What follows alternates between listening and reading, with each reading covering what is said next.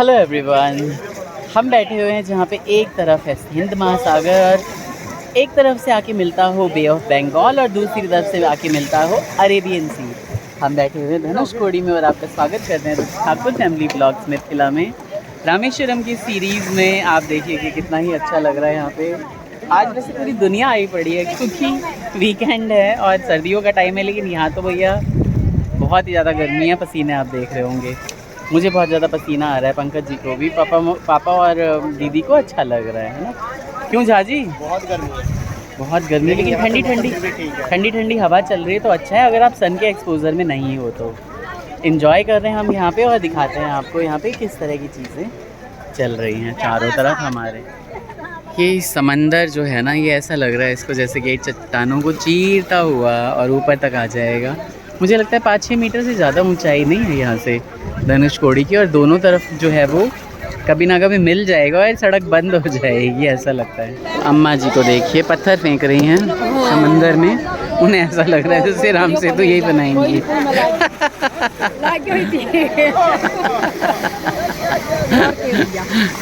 ये देखिए कितने ही अच्छे ये जो लहरें आती हैं ना, ये बहुत ही ज़्यादा अच्छा लगता है, आनंद देती हैं ये।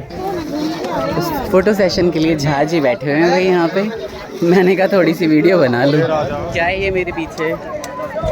ये मेरे पीछे है धनुषकोडी का आइकॉनिक चबूतरा। आप तो पता चल गया ना कि मैं यहीं से बात कर रहा हूँ आपसे। पापा कहते हैं धनुषकोडी। धनुषकोडी है ना। अब यहाँ से निकलते हैं, फ़ोटो वोटो ले ली और बहुत ज़्यादा फ़ोटो लेके करेंगे क्या, कौन सा आप लोगों ने इतना देखना है यार। विदा करने का टाइम आ गया भाई धनुषकोडी को। चलते हैं अपने ऑटो वाले भैया के पास, और जो वो उन्होंने 12 अलग अलग स्थानों की जो लिस्ट हमें दी है उसमें से क्या क्या हम कवर कर पाते हैं वो कवर करते हैं। बज रहे हैं 16:12, 4:12। चलते हैं आगे की तरफ भाई। इसी क्रम में हम आ गए एक वो वाले रेलवे स्टेशन जो कि सारा तबाह हो गया था एक बहुत ही बड़ी सुनामी में, बहुत बड़ी आपदा में। थोड़ी देर में यहाँ से भी घूम के निकलते हैं। छोटी सी जगह है यहाँ पे जहाँ पे शिवलिंग है, एक दूसरे शिवलिंग है, और यहाँ पे श्री रामचंद्र जी की चरण पादुका है। तो बोलिए जय श्री राम। भाई साहब पूरा समंदर ही समंदर है हर जगह।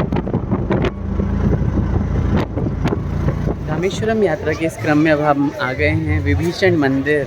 थोड़ा दर्शन कर लिया जाए और यहाँ से रफू चक्कर हुआ जाए जल्दी से जल्दी। बहुत थक गए हैं भाई लोगों, बहुत सारी चीज़ें कवर करनी है। आ गए श्री रामचंद्र चंदुर कर मंगल द्वार भैया। यहाँ पे भी घुमाएंगे आप सभी को। इतने सारे नागराज पता नहीं क्यों पड़े हुए हैं, बस अंदर मंदिर में जाके देखते हैं कि भाई क्या चीज़ है। श्री रामचंद्र कृपालु भजु मन हरण भव भय दारुण। बताओ, सीताराम जन्म कुंडली ये लीजिए। इतने सारे शेष नाग हर जगह रखे हुए हैं भाई, क्यों रखे हुए हैं? जो भी जानता हो कमेंट करके बताइएगा। रामचंद्र जी के मंदिर से बिल्कुल सटा हुआ कृष्ण जी का मंदिर है, यहाँ पे दर्शन कराते हैं। कृष्ण जी यहाँ विराजते हैं श्रीनाथ जी के स्वरूप में। सुंदर मंदिर। जय जय जय। कर लिए हमने सुंदर श्रीनाथ जी के दर्शन, चलते हैं अब घर। प्रभु की कृपा भाई सबका जो जन्म हमारे सफल।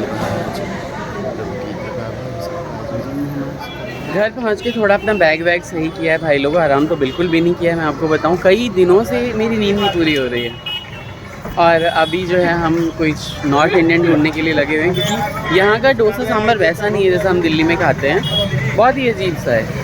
तो इसलिए कुछ नॉर्थ इंडियन खाते हैं और उसके बाद यहाँ से निकलते हैं। मार्केट में कुछ और चीज़ें भी हमें मिलेंगी तो वो हम ज़रूर परचेज़ करेंगे भाई। खाना अगर आप सोचो ना कि दिल्ली जैसे मिलेगा यहाँ पे, तो कहीं नहीं मिलने वाला। रोटी तो हमें बहुत अच्छी मिली और सब्ज़ी ठीक ठाक थी, खाया हमने यहाँ पे आके। हर जगह यही लग रहा है कि पंजाबी ढाबा, राजस्थानी ढाबा, और राजस्थानी ढाबे में तो भैया बिल्कुल दाल ऐसी लग रही थी कि समंदर का पानी मिला दिया है बस। पता ही है, भूखे हैं, खाएंगे तो है ही। क्यों, आपके साथ भी होता है ऐसा या नहीं? बताना ज़रूर कमेंट करें। रात को तो बहुत ही अच्छे से खाना पीना खा लिया था। क्यों झाजी? पंजाबी ढाबा पे बहुत ही बढ़िया से 4 बजे सुबह हम लोग तैयार हो चुके हैं स्फटिक शिवलिंग के दर्शन के लिए। और यहाँ से दर्शन करने के पश्चात थोड़ा बहुत इधर उधर घूमेंगे और फिर कहीं और निकल लेंगे, जिसके लिए आगे ब्लॉग में आपको पता चलता रहेगा।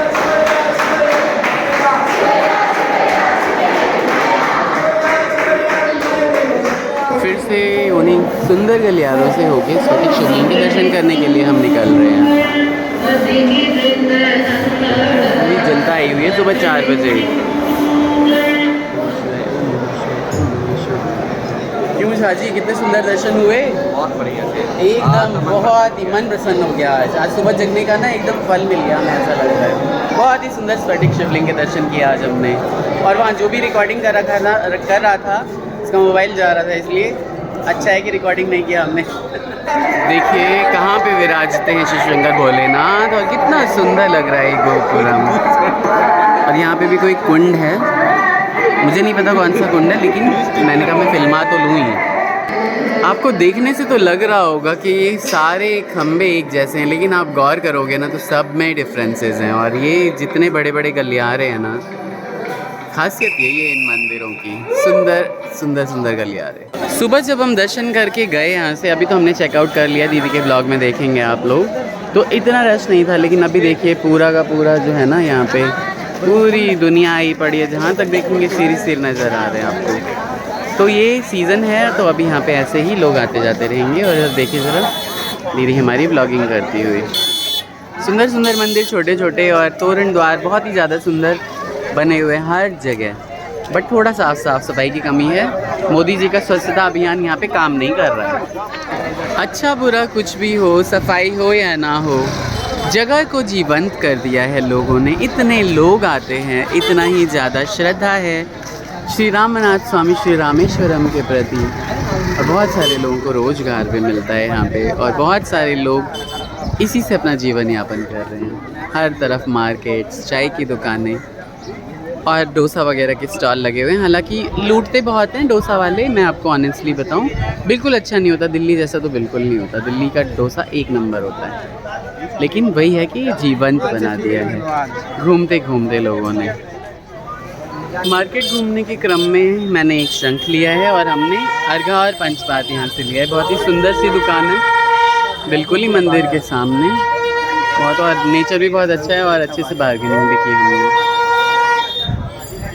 अर्घा और पंचपात, सुंदर सब कुछ। मुझे तो ये सब चीज़ें वैसे ही बहुत अच्छी लगती हैं तीर्थ स्थानों से लेना। श्री रामेश्वरम के बाज़ार को सर्च करने के क्रम में यहाँ पे देखिए कितना सुंदर व्यू आ रहा है श्री रामेश्वरम गोपुरम का। बहुत ही सुंदर। खास होते हैं वो लोग, मुझे लगता है, जिन्होंने 12 ज्योतिर्लिंग कवर कर लिए होते हैं, जिनमें मैं भी है। मुझे तो ऐसा लगता है, सबको बताऊं भाई, मैंने 12 ज्योतिर्लिंग कवर कर लिए हैं रामेश्वरम, श्री रामेश्वरम के दर्शन करके। और इतना आनंद है ना इस चीज़ को लेके, थोड़ा गर्व है। और हर शय मन के अंदर के जीवन ने ये दिन दिखाया। जीवन बहुत बुरे दिन भी दिखा चुका है। माँ के साथ आना चाहता था, नहीं आ पाया, बट पापा जी को करा दिया दर्शन। पापा जी ने मुझे करा दिया, मुझे ऐसा कहना चाहिए था, क्योंकि उनकी बदौलत ही मैं हर जगह घूमता फिरता हूँ। लोग फ़ोटो खिंचवा रहे हैं गोपुरम के आगे, और अब हम चल रहे हैं दोबारा से होटल की तरफ, जहाँ पापा वेट कर रहे हैं हमारा। मैं तो हैरान हूँ कि किस तरीके से हर घर के दरवाजे के आगे सुंदर सुंदर रंगोलियाँ बनाई जाती हैं यहाँ पे पूरे रामेश्वरम में। बहुत अच्छा लगता है मुझे। और अब मुझे इन गलियों को छोड़ के वापस अपने घर जाना है।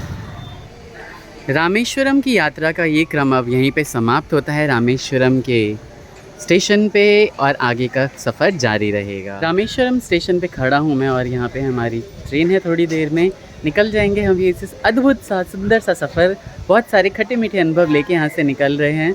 और मैं प्राउडली कहना चाहता हूँ दोबारा कि भाई 12 ज्योतिर्लिंग तो ठीक है, मैंने 4 धाम भी कंप्लीट कर लिए हैं। मेरे कितने प्यारे प्यारे सब्सक्राइबर्स ने कर लिया है सारा ये कंप्लीट, 4 धाम और 12 ज्योतिर्लिंग। ये ज़रूर बताइएगा। आगे मुझे सप्तपुरियाँ कवर करनी है, वो भी जल्दी हो जाएगा। आप बने रहिए, बहुत सारा सरप्राइज इस ट्रिप में। Take care, bye bye. अरे ना अभी मत जाओ, हाइप दे दो यार। अब ये पीछे अंडा करने लगी, जल्दी से हाइप दे दो, जल्दी से, है ना। तो जो लोग सब्सक्राइब नहीं किया जिन्होंने, प्लीज़ सब्सक्राइब करिए। अपना ख्याल रखिए। Take care, bye bye, Radhe Radhe. Like like like like like, जल्दी से लाइक करिए। Bye bye, Radhe Radhe.